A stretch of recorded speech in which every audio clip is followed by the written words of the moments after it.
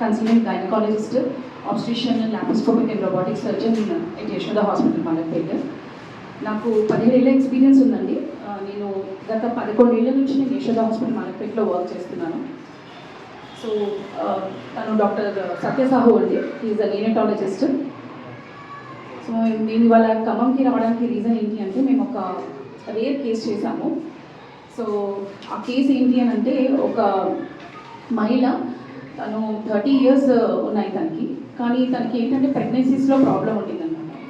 So basic problem ఏంటి అని అంటే, తనకి గర్భసంచి నార్మల్గా లేదన్నమాట. గర్భసంచి నార్మల్గా అందరికీ కూడా ఇలా ఉంటుంది. సో ఆవిడకి గర్భసంచి అనేది ఏంటంటే డివైడ్ అయిపోయి ఇలా ఉంది. సో ప్రతిసారి ఆవిడకి ప్రెగ్నెన్సీ వచ్చినప్పుడల్లా ఏమవుతుందంటే, గర్భం ఇక్కడ వచ్చినప్పుడు ప్లేస్ లేక 5th 6th మంత్లో డెలివరీస్ అయిపోయేవారు. సో ఆ గర్భసంచి అనేది రెండు భాగాలుగా ఉండేవారికి. ఒక భాగంలో ప్రెగ్నెన్సీ వచ్చినప్పుడు అక్కడ సరైన ప్లేస్ లేక ప్రతిసారి 5th 6th మంత్లో ఆమెకి డెలివరీ అయిపోతూ ఉంది. సో అలా 3 డెలివరీస్ అయిపోయాయి తనకి 5th 6th మంత్లో. ప్రతిసారి బేబీస్ చనిపోయేవాడు. సో థర్డ్ టైం ఆమెకి వేరే దగ్గర ఒక రకమైన సర్జరీ అంటారు, దాన్ని సర్వైకల్ సర్క్లాజ్ అంటారు. సో స్టిచ్ వేస్తారు అనమాట దానికి. గర్భసంచి యొక్క ముఖద్వారానికి వాళ్ళు ఒక స్టిచ్ లాంటిది వేస్తారు. అది వేశాక కూడా తనకి మళ్ళీ 5th 6th మంత్లో మళ్ళీ డెలివరీ అయిపోయింది. సో మళ్ళీ 4th టైం ప్రెగ్నెన్సీ వచ్చినప్పుడు నా దగ్గరకు వచ్చారు వాళ్ళు.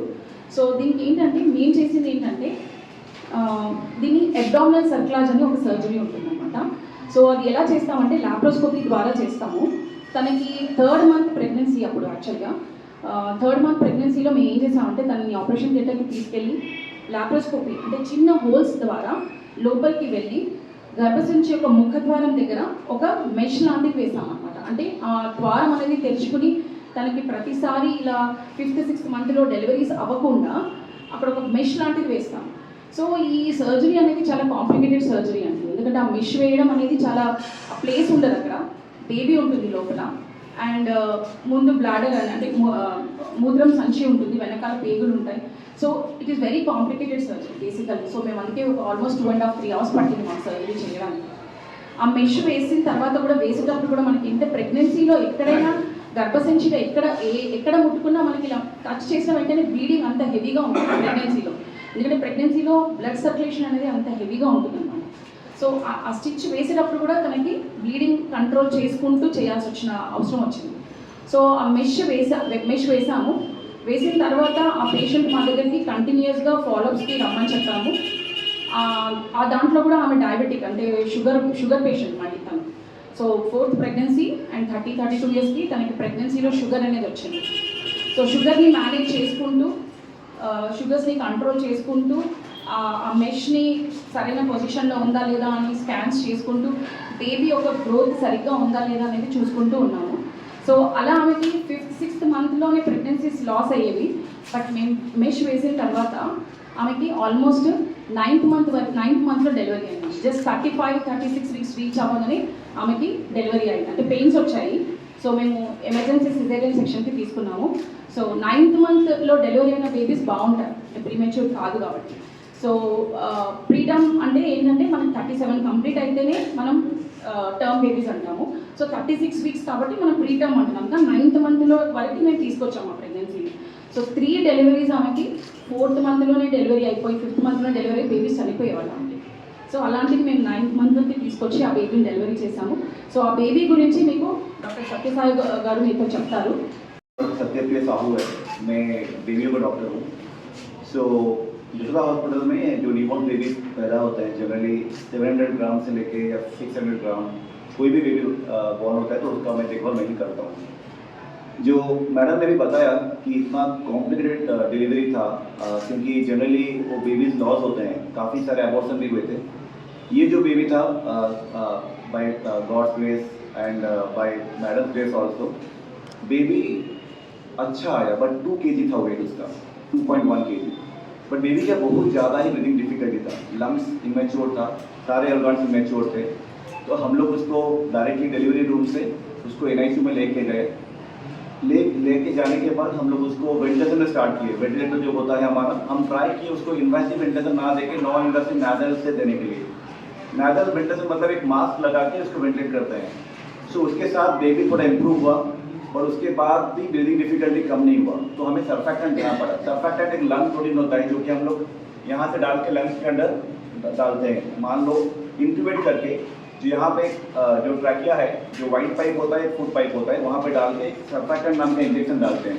वो डालने के बाद बेबी इम्प्रूव काफ़ी हुआ। बट डे 2 ऑफ लाइफ में जब सेकेंड डे आया बेबी का, तब बच्चे का थोड़ा सा फिट्स जैसा आया, फिट्स मारा। तो हम जब सारे टेस्ट किए उसमें कैल्शियम थोड़ा कम था। मदर को डायबिटिक था, तो डायबिटिक मदर का जनरली कैल्शियम बच्चों का जो आते हैं तो कैल्शियम कम होने के चांसेस रहता है, तो कैल्शियम काफ़ी कम था। तो हम लोग क्या किए, यहाँ पे एक अम्बिलिकस होता है ना, जो इसको आप लोग अम्बिलिकस को तेलुगु में क्या बोलते हैं, या नाभि में एक बड़ा सा होता है पेन, उसमें हम लोग लाइन डाल के उसमें कैल्शियम करेक्शन दिया। कैल्शियम करेक्शन देने के बाद बच्चे का फिट्स कंट्रोल हो गया। So by day 4 baby was ultra stable. Day 4 के बाद से बेबी का वेट गेन स्टार्ट हुआ। सो अराउंड डे 8 डे 9 में बेबी हम लोग शिफ्ट किए मदर के पास। डे 10 में हम डिस्चार्ज किए बेबी को। सो अभी भी फॉलोअप में बेबी आ रहा है हमारे पास, वो हेल्दी बेबी है और पेरेंट्स बहुत ज़्यादा खुश हैं। ये तो छोड़ दीजिए कि 2 kg का बच्चा है। हम अभी लास्ट 2 मंथ्स में 5 बेबीज डिस्चार्ज किए, जो कि सबका वेट 760 ग्राम 600 ग्राम ऐसा सब था। सो ये बातें हम लोग इसलिए कर रहे हैं क्योंकि ये जो मदर थी वो काफ़ी प्रीशियस बेबी डिलीवर किए थे, क्योंकि जैसे कि जानते हैं इसके पहले से काफ़ी अबॉर्शंस हुए थे। इतना अबॉर्शन के बाद एक बेबी डिलीवर हुआ, वो भी काफ़ी सीरियस था, क्रिटिकल था, बट ट्रीटमेंट के बाद वो बेबी सही हो गया एंड घर को डिस्चार्ज होकर गया। सो ये बोलने के लिए ये बात है कि यशोदा हॉस्पिटल मलकपेट में वो सब कुछ है जो कि क्रिटिकल मदर हो या क्रिटिकल बेबी हो, जिसका लाइफ सेविंग में जो टीम रहता है हम लोग का, विथ वेल इक्विपमेंट जो रहता है हमारा सब कुछ, चाहे ओटी हो, चाहे NICU हो, चाहे जो इक्विपमेंट्स हमें चाहिए एक बेबी का ट्रीटमेंट करने के लिए, या कोई भी स्टाफ हो, वो सब कुछ मौजूद है, जिसकी वजह से सारे कॉम्प्लिकेटेड केसेस, मतलब ये बोलना नहीं चाहिए लेकिन जो डेथ रेट होता है बेबियों का या फिर मदर का, वो 0 है हमारा यशोदा मलकपेट में। तो इसलिए एक टीम एफर्ट रहता है, फुल्ली इक्विप्ड NICU रहता है, जिसके वजह से वो सारे बेबीज बच के रहते हैं, बच के डिस्चार्ज होके जाते हैं। Like obstetrics department, neonatology and paediatric department, తర్వాత మనకి ఓటీలో అనెస్థీషియా వాళ్ళు కానివ్వండి. సో ఎనీ హై రిస్క్, చాలా హై మాకు వచ్చేవన్నీ కూడా చాలా high risk pregnancies, heart disease complicating pregnancies, liver complicating pregnancies, ఇలాంటివే మాకు వస్తూ ఉంటాయి. సో మేము మోస్ట్ ఆఫ్ ద టైమ్ బేబీస్ని ప్రీటర్మ్ డెలివరీసే అవుతూ ఉంటాయి మా దగ్గర. సో మేము ప్రీటర్మ్ బేబీస్ ఆల్మోస్ట్ మొన్న రీసెంట్గా ఒక సార్ చెప్పినట్టు 600-700 గ్రామ్స్ బేబీస్ని కూడా మేము బయటికి తీసుకొచ్చాము. సో మా దగ్గర neonatal care as well as obstetric care కూడా ప్రాపర్గా ఉంటుంది. As a team we all will work. Thank you.